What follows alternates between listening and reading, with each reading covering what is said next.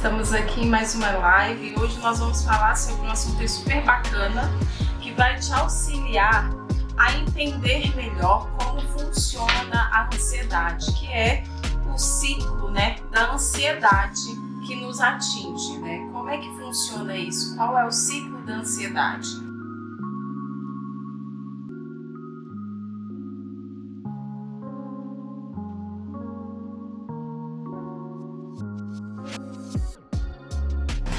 A ansiedade tem uma característica muito peculiar, que é a seguinte: a ansiedade ela é capaz de se retroalimentar.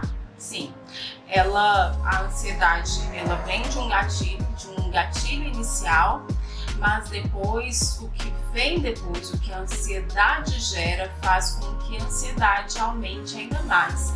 E vocês vão entender melhor do que eu estou falando aqui para vocês. Qual o primeiro passo para a gente entender esse ciclo?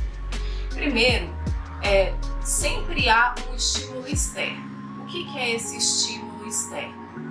Quando ficamos ansiosos por algum motivo, sempre aconteceu algo, e na verdade esse estímulo ele pode ser externo ou interno, mas sempre há algum acontecimento, algum evento que gerou uma interpretação, um pensamento, uma avaliação a respeito daquela coisa. Então, assim, pode ser um acontecimento, um evento, uma situação, ou pode ser até mesmo um pensamento. Então, você pode pensar alguma coisa e a avaliação que você dá para esse pensamento gera ansiedade. Pode ser algo interno, Podem ser sentimentos, podem ser reações físicas, podem ser imagens mentais, veio alguma imagem na sua cabeça e aquilo gera ansiedade. Por exemplo, pessoas que têm fobia, uma fobia específica, por exemplo, fobia de aranhas. Existem graus de fobia onde a pessoa não consegue nem mesmo imaginar a aranha, que aquilo já desencadeia a ansiedade. Então, existe sempre um estímulo, que são esses exemplos que eu dei para vocês. Inicialmente, o estímulo ele é neutro. Por que neutro? Qualquer estímulo, qualquer evento, qualquer coisa que aconteça, ele pode ser interpretado, entendido de diversas formas, não é mesmo? Então, por exemplo, eu tenho um irmão mais velho, 1 ano e meio de diferença dos dois, e, por exemplo, as broncas que nós levávamos dos nossos pais, eu poderia entender aquela bronca de uma forma e meu irmão entender de uma forma completamente diferente. E tá tudo bem, porque sendo pessoas diferentes, nós temos pensamentos diferentes, nós analisamos, interpretamos o mundo ao nosso redor de formas diferentes. Então, por isso que nós falamos que os eventos, os estímulos que acontecem antes da ansiedade, eles são inicialmente neutros. O que faz com que a ansiedade surja são justamente esses nossos pensamentos. Primeiro vem o estímulo, depois vem o pensamento. Que pensamento é esse? É a avaliação que nós damos àquilo que está acontecendo conosco. Então, nós, absolutamente sobre tudo, nós temos algum tipo de pensamento. Temos alguma avaliação, temos alguma opinião, nós entendemos e percebemos essas coisas de alguma forma e cada pessoa interpreta de uma forma. Só que na ansiedade, essa interpretação, essa avaliação, ela envolve uma percepção de ameaça aumentada. O que isso significa? Significa que quem tem ansiedade tem uma tendência a perceber ameaças de uma forma um pouco distorcida. Ele percebe de forma um pouco exagerada as ameaças ao redor, até mesmo situações que não são ameaçadoras. Uma pessoa com ansiedade ela pode perceber essa situação como uma ameaça. Por exemplo, eu estava usando o exemplo da pessoa que tem medo de aranhas. Então imagina, uma aranha muito pequenininha que, aparece no teto do banheiro. Uma pessoa que tem fobia de aranha, ela pode olhar aquela pequenininha em aranha como uma grande ameaça, ou seja, a percepção de ameaça é aumentada. Mesmo sendo tão pequena, mesmo não apresentando nenhuma ameaça real, a pessoa que tem fobia de aranha, ela percebe aquilo como um perigo muito grande. E essa percepção distorcida de ameaça envolve uma percepção aumentada de gravidade. Então, nós percebemos situações ao nosso redor com uma gravidade maior do que ela de fato possui. Nós também percebemos de forma exagerada a probabilidade de que aquele perigo aconteça. Então, ainda usando o exemplo da pessoa que tem fobia de aranha. A pessoa olha a aranha muito pequenininha, mas na cabeça dela, ela pensa que essa aranha vai pular em mim, ela vai me picar, eu vou ficar com um grande hematoma no rosto, vai infeccionar e eu vou morrer. Um exemplo. Então, assim, uma coisa muito pequenininha, a probabilidade é aumentada e a ameaça é aumentada.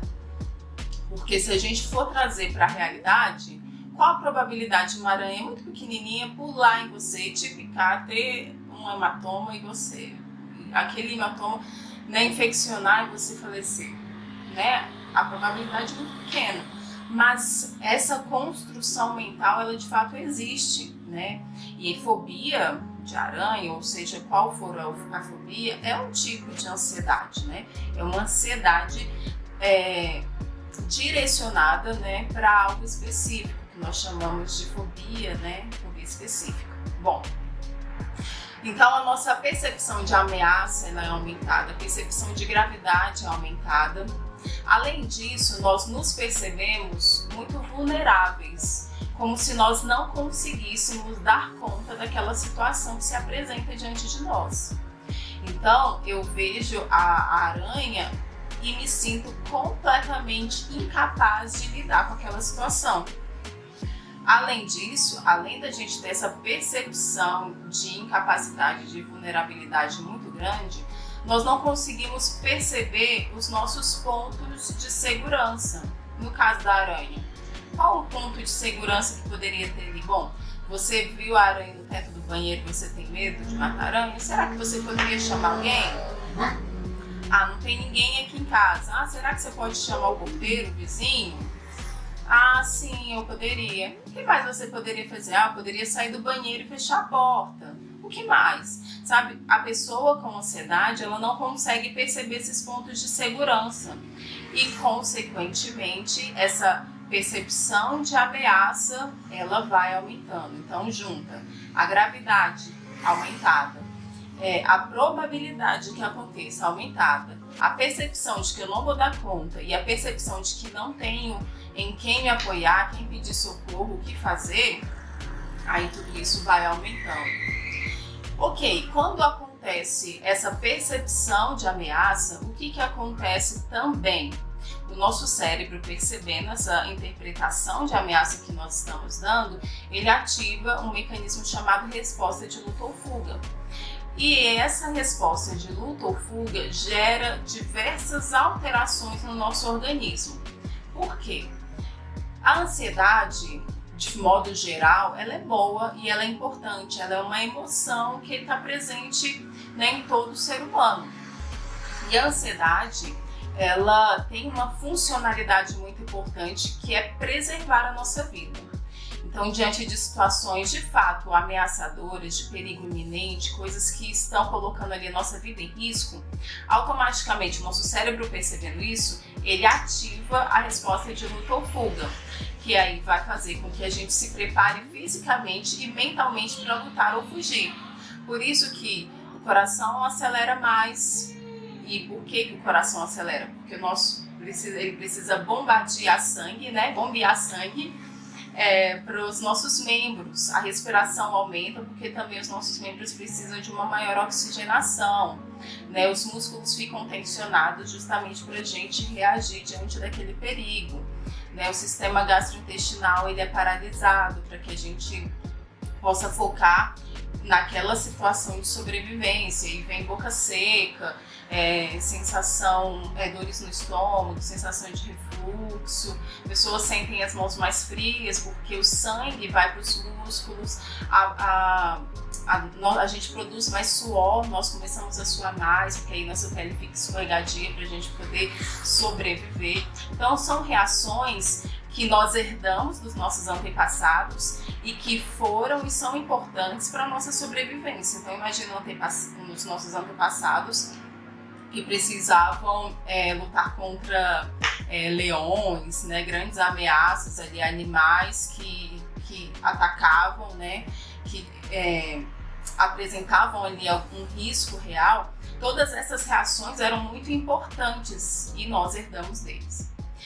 Ainda hoje, tudo isso é muito importante, porque imagina, se você vê um assaltante indo na sua direção na rua, você precisa ter alguma reação, né, de luta ou fuga. Claro que a gente orienta que você, né, não lute contra o assaltante, mas a resposta de luta ou fuga vai te preparar para uma tomada de decisão ali. Sua mente vai focar na situação problema, você não vai conseguir perceber as situações ao redor, sua mente vai estar focada naquela situação de problema, o coração vai sim acelerar, a respiração vai ficar ofegante, seus músculos vão estar preparados para você lutar ou fugir. Então, tudo isso é importante ainda hoje para a nossa sobrevivência. O problema está quando tudo isso é desencadeado por uma interpretação distorcida de ameaça. E a ansiedade patológica é justamente isso. Nós interpretamos diversas situações no dia a dia, situações diferentes, como ameaçadoras. E de onde vem essa interpretação de que essas situações são ameaçadoras?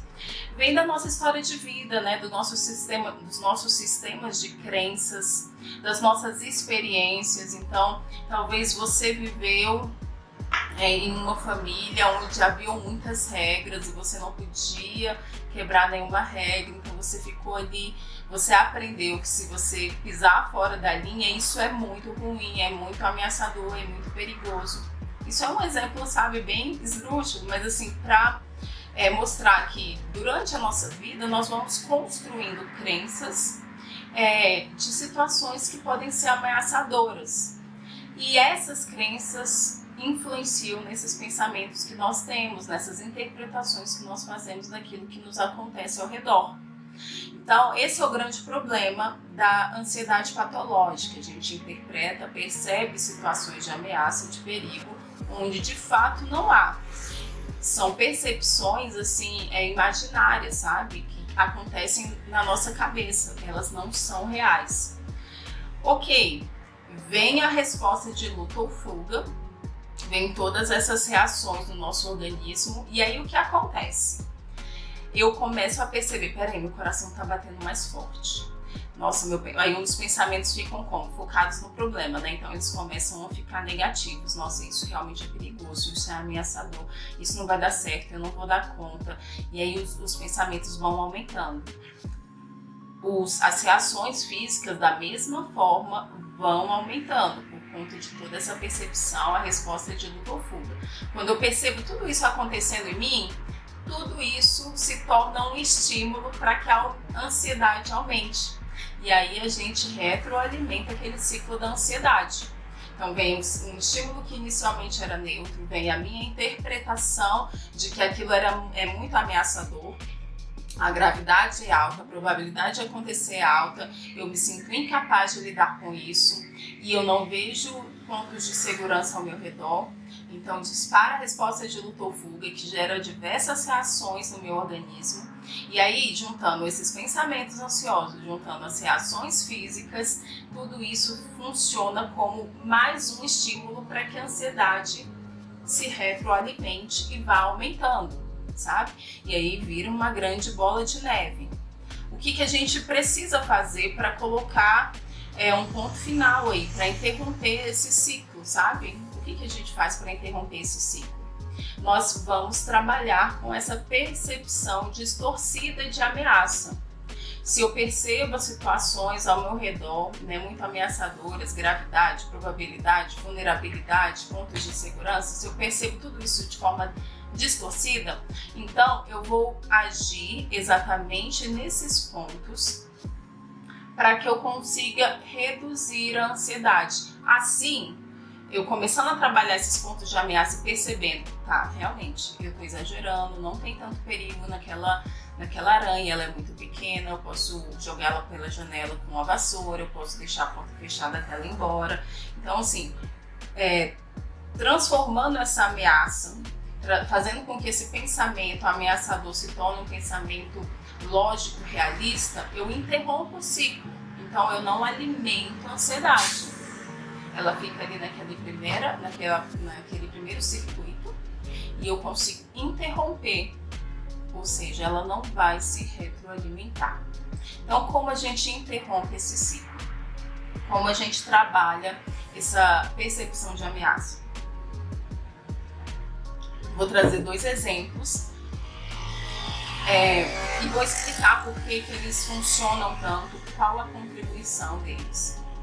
Primeiro, fazer o exercício de transformar, eu até já falei aqui, dei um spoiler, transformar essa percepção de ameaça que está distorcida em um pensamento mais lógico, mais racional.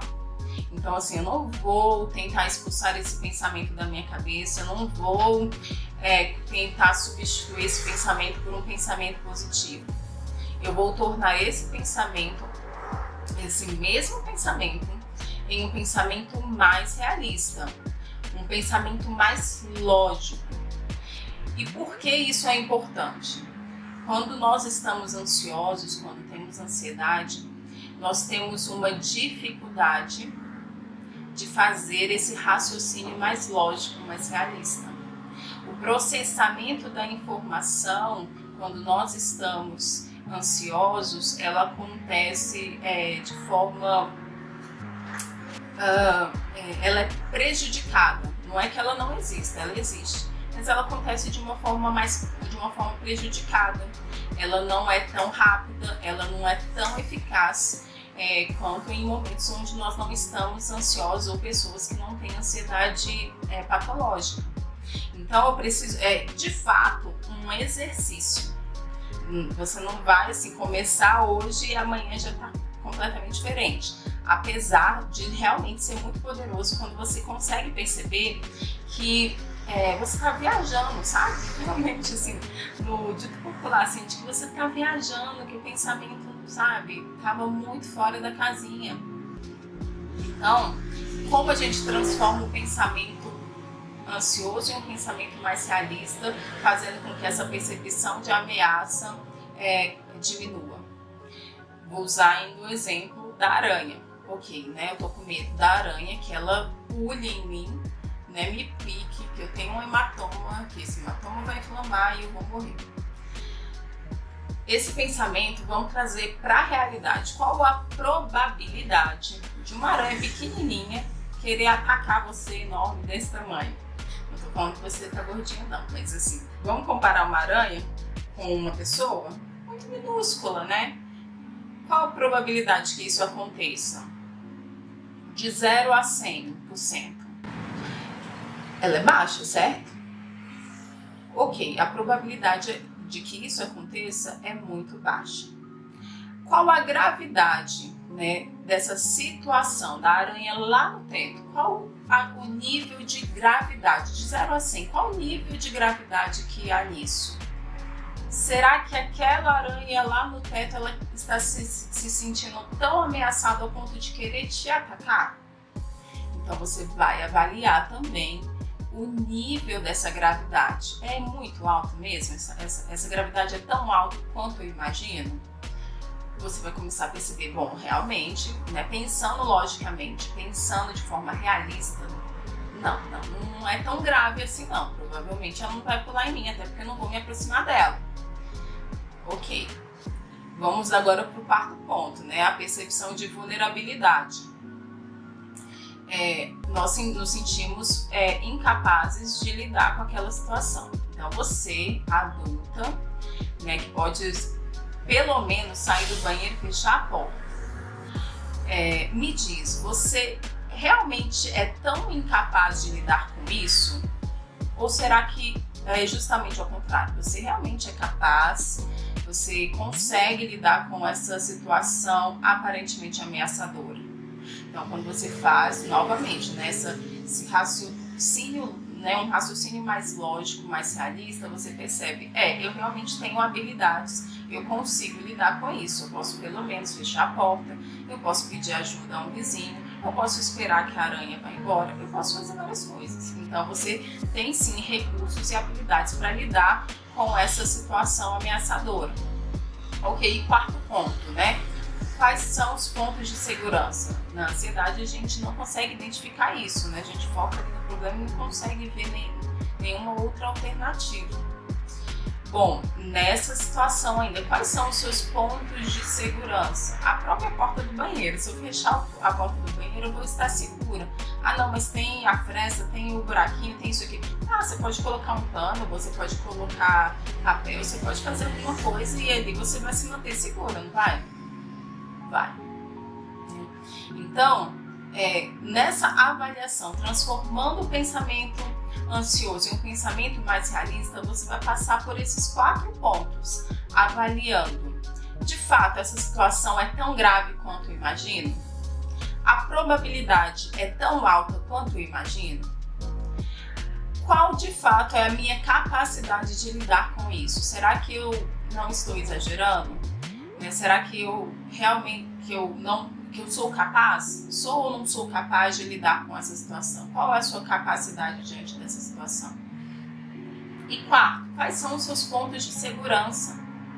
Quando você faz isso, você desarma todo aquele circuito, você interrompe ali aquela percepção distorcida e exagerada de ameaça. Assim, a ansiedade não vai, se retroalimentar, não vai continuar naquele ciclo vicioso que vai gerando uma bola de neve. Bom, essa é a primeira dica, A segunda dica de como você pode interromper esse ciclo. Novamente, lidando com a percepção de ameaça. Diante dessa situação ameaçadora, o que eu posso fazer para superar, para dar conta, para resolver? E aqui o exemplo que eu estou dando, ele ilustra bem, mas talvez não se encaixe em todas as realidades, Estou falando um exemplo de fobia. Mas uma pessoa, por exemplo, que tem ansiedade generalizada, que se sente ansiosa quando vai pagar conta, quando acorda de manhã, quando tem que arrumar os filhos, quando está ansiosa a todo tempo, está irritada, está inquieta a todo tempo. Como é que uma pessoa pode lidar com essas questões? Mais uma vez, peraí, o que está me parecendo, qual está sendo a ameaça nesse contexto? Eu estou inquieta porque eu tenho muitas coisas para resolver durante o dia. Então, ok, vamos colocar no papel quais são essas coisas? O que eu preciso resolver? Eu estou com a sensação de que eu não vou dar conta disso tudo. Bom, vamos ver se você dá conta ou não? E aí você vai definir uma estratégia. Eu tenho que pagar a conta, eu tenho que ir para o trabalho, eu tenho que fazer compras no mercado, eu tenho que buscar meu filho na escola e eu tenho que arrumar a casa. Faz um cronograma, o que é essencial, o que você não pode deixar de fazer, o que você pode deixar para outro momento. Faça um planejamento, organize a sua rotina e coloque tudo isso no papel. Isso vai fazer o quê? Vai interromper o ciclo da ansiedade, porque eu estava percebendo aquela situação como ameaçadora, mas agora eu consigo ver ali no papel, de concreto o que eu preciso fazer para dar conta de tudo.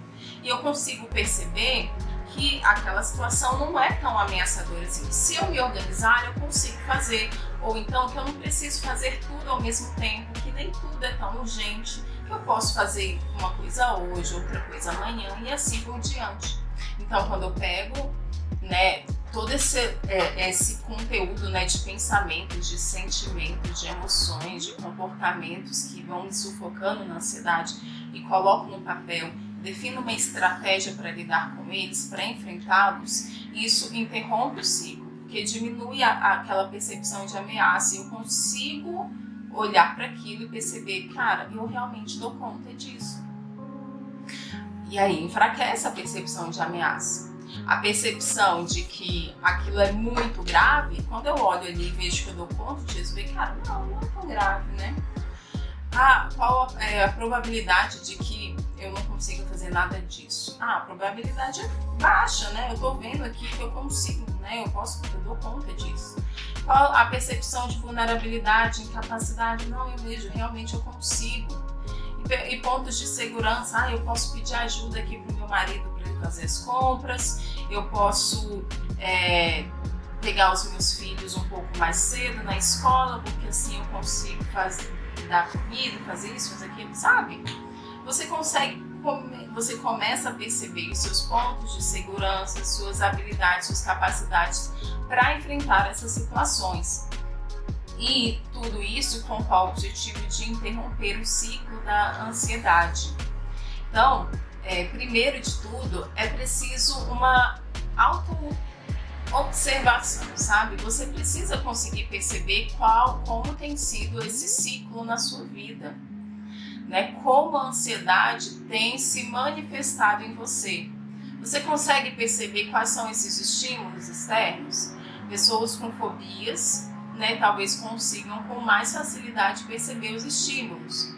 Mas aquelas pessoas que têm transtorno de pânico, que têm ansiedade generalizada, agorafobia, conseguem. Vocês têm conseguido perceber quais são esses estímulos que têm desencadeado a ansiedade? Quais são esses pensamentos, essas avaliações que você faz a respeito do mundo ao seu redor, onde você coloca uma percepção de ameaça maior do que de fato é, desproporcional à realidade?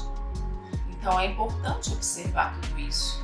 É importante até mesmo conseguir perceber quais são as reações da ansiedade em você. Porque existem as reações emocionais, né? Algumas pessoas sentem muito medo, outras pessoas sentem a ansiedade mesmo, porque a ansiedade é uma emoção, aquela apreensão, sabe? Aquela sensação de que algo ruim vai acontecer a qualquer momento, aquela inquietação interior. Existem também reações comportamentais. Como eu falei, a ansiedade envolve a resposta de luta ou fuga que o nosso cérebro dispara, né, quando estamos ansiosos. Então, quais são os comportamentos que eu tenho tido e que talvez estão alimentando ainda mais a ansiedade, fortalecendo a ansiedade? Por exemplo, no caso da fobia, a pessoa tem medo da aranha e o que ela faz? Ela simplesmente evita entrar no banheiro. Ela teve aquela experiência onde a aranha estava lá no banheiro e agora ela não entra mais no banheiro. Esse comportamento, ele ajuda de alguma forma? Não, né?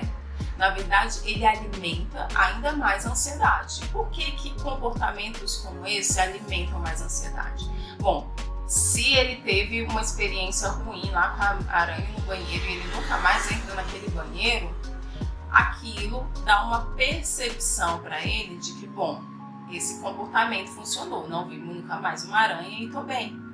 Só que isso vai resolver a ansiedade? Não, porque a aranha vai aparecer só no banheiro.